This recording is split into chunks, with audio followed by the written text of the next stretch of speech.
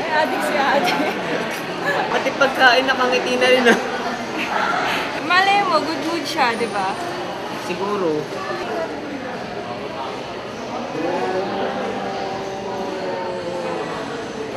Masaya na naman araw ko. Alam mo ba, napanaginipan ko si Erica. Ganda-ganda niya, grabe. Ano? Ganda kaya nun. Oo nga. Oo, tapos? Holding hands daw kami. Ang sweet namin sa bewak, diba? Tapos, andun ka. Ha? At may kasama ka pa. Si Angelo. Sana si ano na lang. Si Michael. Tagal na yan ah. Hindi ka pa rin makaget over? Hindi, okay na ako. Kasi nga, hirap ako mag-let go ng mga bagay-bagay. Kaya hanggang ngayon, hindi ka pa rin makamove on. Kaya gusto ko muna maging single eh.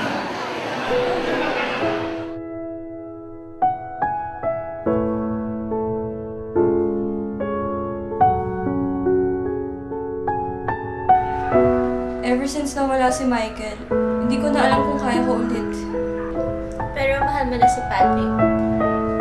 Eh, ba't di mo subukan? Inahirapan ako mag-let go. Kim, 3 years na. Move on na. Sure ako gusto niya rin mag-move on ka na.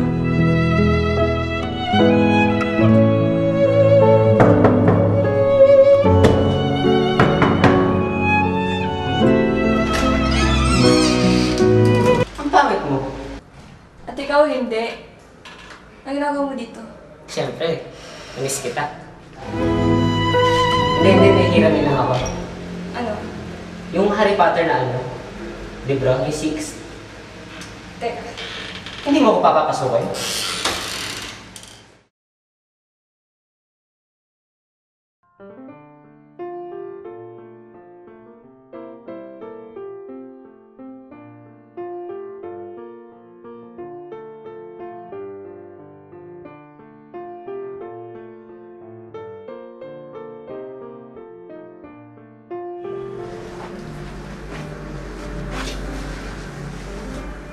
Gusto mo pag-usapan?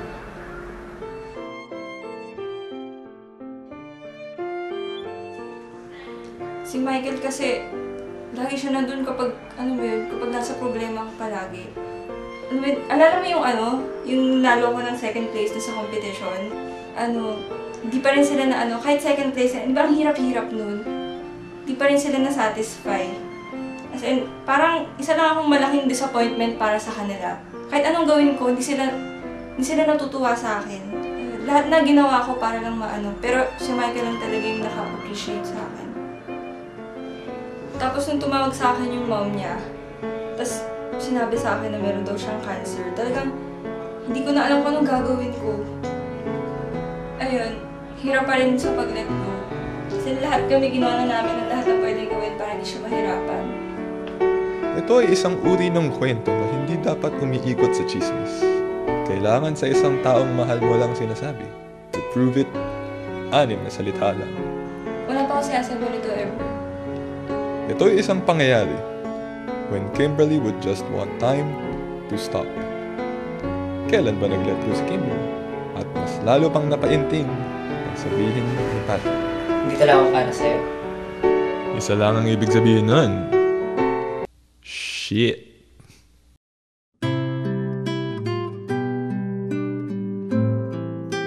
Dumating si Kimberly with all hopes up.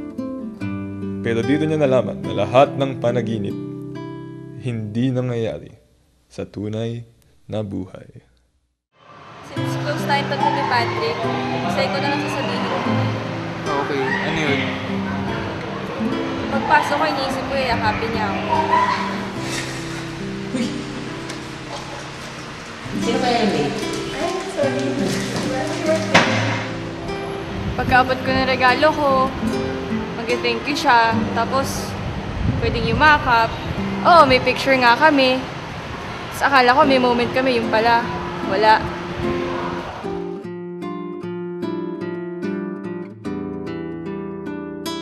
Tapos yung pinakamasakit na nandun si Erica eh. Gusto niya kasi, wala ka nang magagawa doon. Alam na ni Angelo kung saan hahantong ang usapan nila ni Kimberly. Pero nagulat pa rin siya nang sabihin sa kanya na Mahal ko na si Patrick.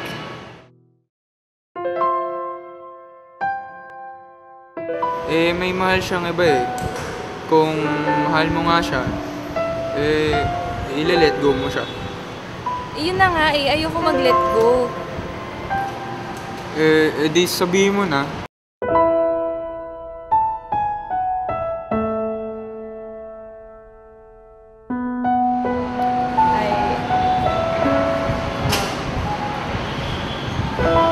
I like you. Sabi na eh. Oh? Oo. And I like you too. sana ito ang nangyari. Pero tanggap din ni Kimberly na hindi siya si Cinderella at wala siya sa isang fairy tale. Ha? Yun lang? Okay. Yun yung sabi ni. So, kamusta na? Malamang masakit, di ba? Mas masarap pala mang busted kaysa i-busted. I know. Ngayon, siguro alam mo na kung ano mararamdaman ko.